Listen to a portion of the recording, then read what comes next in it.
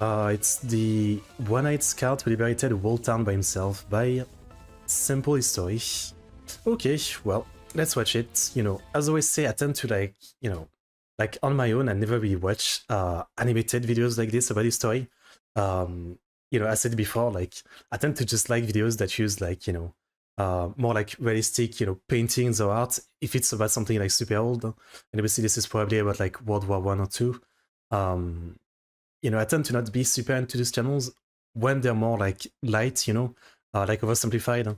I feel like they're making too many jokes and they have such a simple art style that, you know, to me, it feels more like a meme than really like history. And technically you're still learning. They're saying the, you know, the actual history, but I prefer like history video that are more serious, and a lot of like the animated like this or cartoon art style like this tend to be like, you know, they feel less serious and I tend to be not super into it. I don't know. So let's see how this one is, I guess. This is, so yeah, but simple history. The one-eyed scout who liberated a whole town by himself. Leo Major, the Voice. one-eyed scout who liberated a whole town by himself. That's crazy. Call of Duty character. In World War II, for the Canadian effort, one soldier stands out from all the rest. Canadian. Leo Major. He was a French-Canadian from Montreal, Canada. In 1940, at the age of 19, he joined the Régiment de la Chaudière of the Canadian Army. That's the name. Régiment de la Chaudière. It means like the regiment of the, like a chaudière is like the water tank that people have in their house, you know, to like get hot water. So that's basically what it is. So the regiment of that. 40, at the age of 19, he joined the Régiment de la Chaudière of the Canadian Army. Their insignia underlines their fierce fighting reputation, consisting of two crossed Vickers machine guns with a beaver above, supporting fleur-de-lis. Okay. Private Leo Major first saw action at D-Day in France, taking part in the Normandy landings on June 6, 1944. Straight away, he distinguished himself as a scout behind enemy lines by capturing a German communications half-track full of secret code books. Nice. He then forced the captured crew to drive the Hanomag towards friendly lines, but was fired upon with anti-tank guns by British and Canadian troops.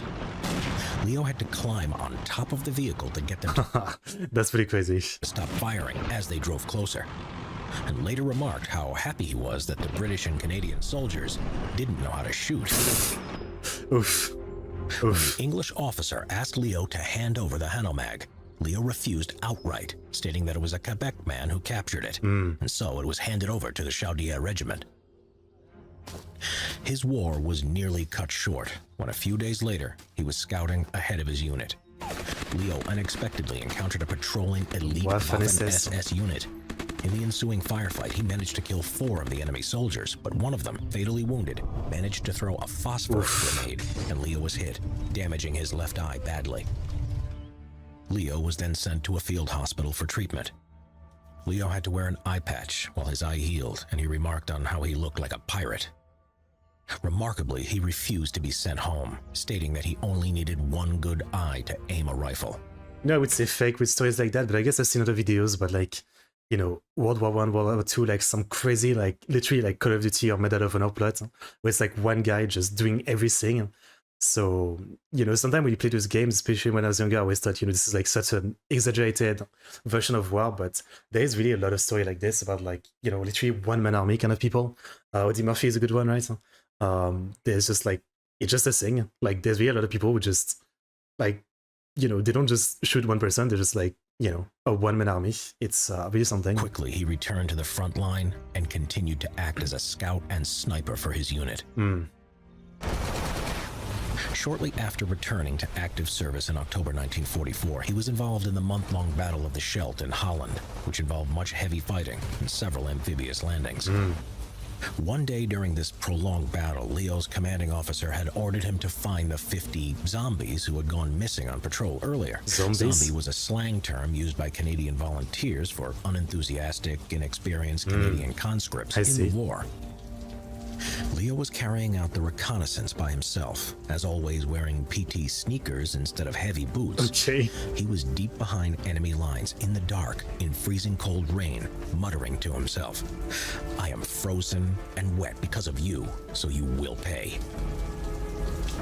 drenched to the skin while not finding the That's a good movie line. He did come across a garrison of German regular troops sleeping in trenches that they had been digging all day. Noticing a snoring German officer, Leo woke him up, pointing his Sten gun at him, and then motioned him to order his men to follow him. One soldier raised his rifle and was shot dead by Leo, followed by 3 others who joined the firefight. After this, he shouted, "Achtung!" and "Handen hoch!" and the garrison quickly decided to surrender to him. That's insane. He then single-handedly marched 93 German soldiers back to the Allied lines.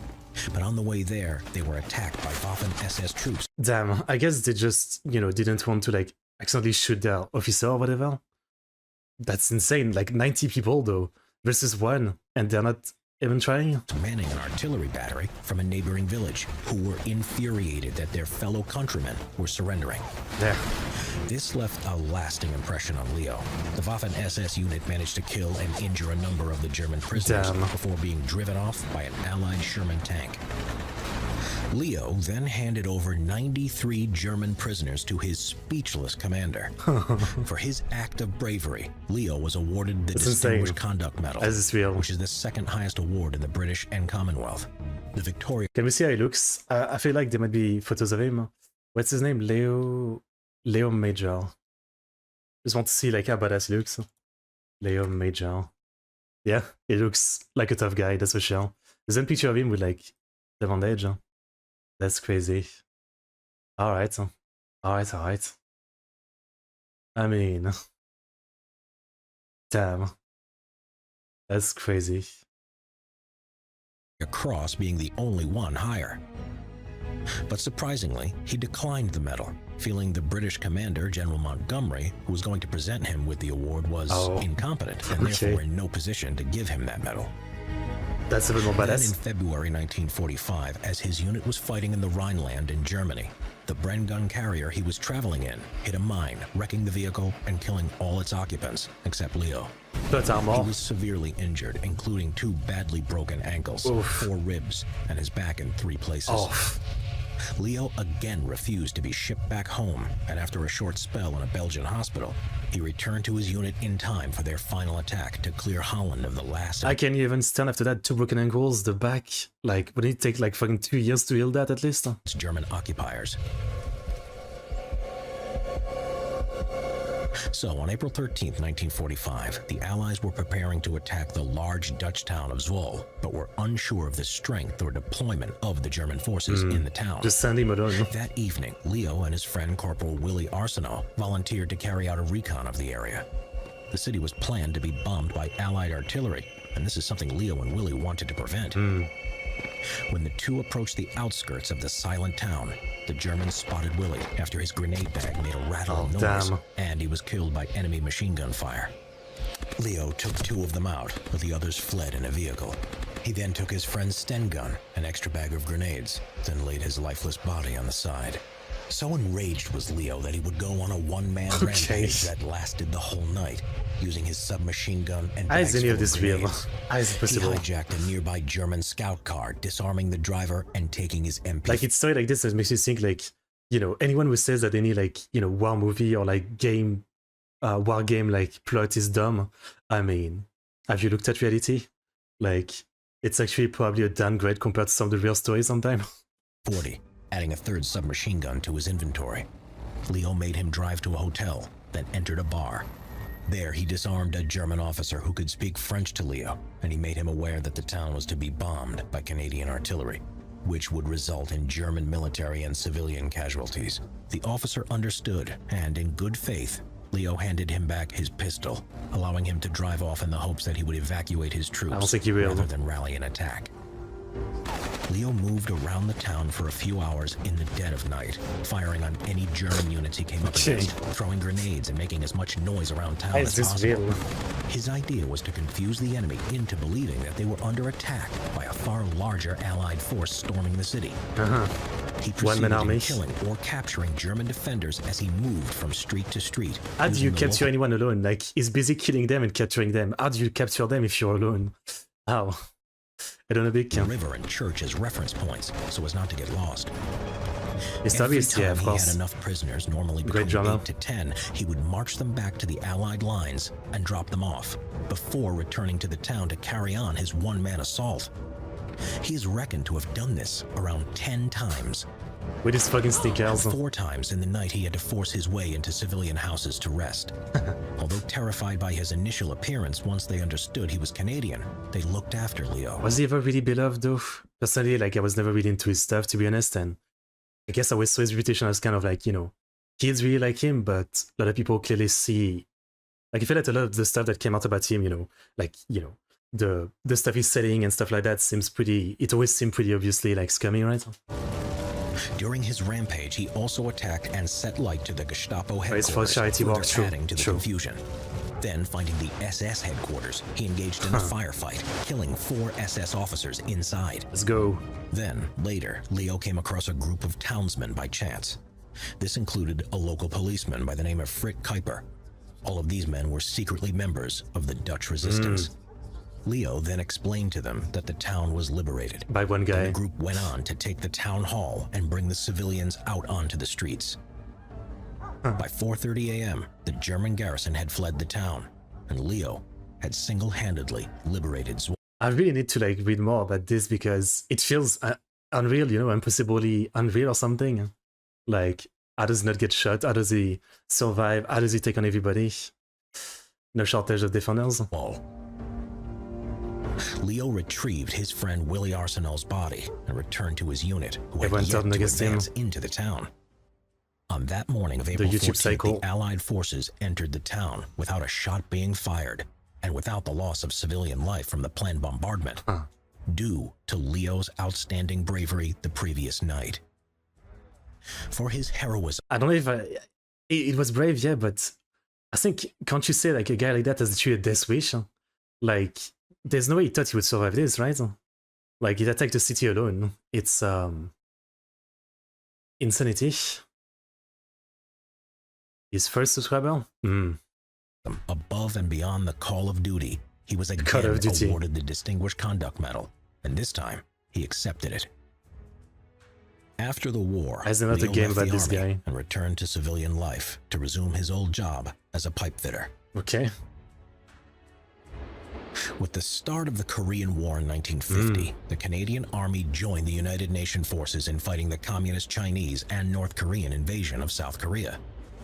Leo, though only 29 years old, was seen as a veteran with a special skill set and was recruited to rejoin the army and become a member of a special scout and sniper team.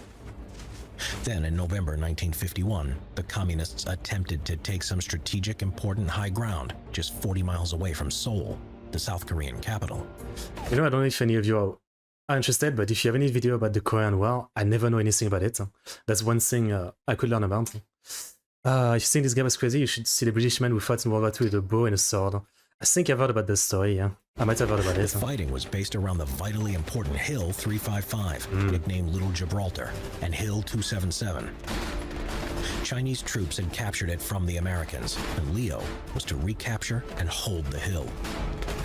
The fighting raged for days, and the Canadian commander, Lieutenant Colonel Jacques Dextraz, declared, "In the event the battalion is attacked, there will be no withdrawal, no platoons overrun, and no panics." During the battle, Leo commanded a unit of around 18 men, repelling whole Chinese divisions while enduring heavy artillery and mortar barrages for 3 days. Even though Leo had been ordered to retreat when the Chinese divisions counterattacked, he refused. Instead, he demanded that the commander of the mortar platoon, Captain Charlie Forbes, rain mortar fire on the enemy. Sounds good, huh?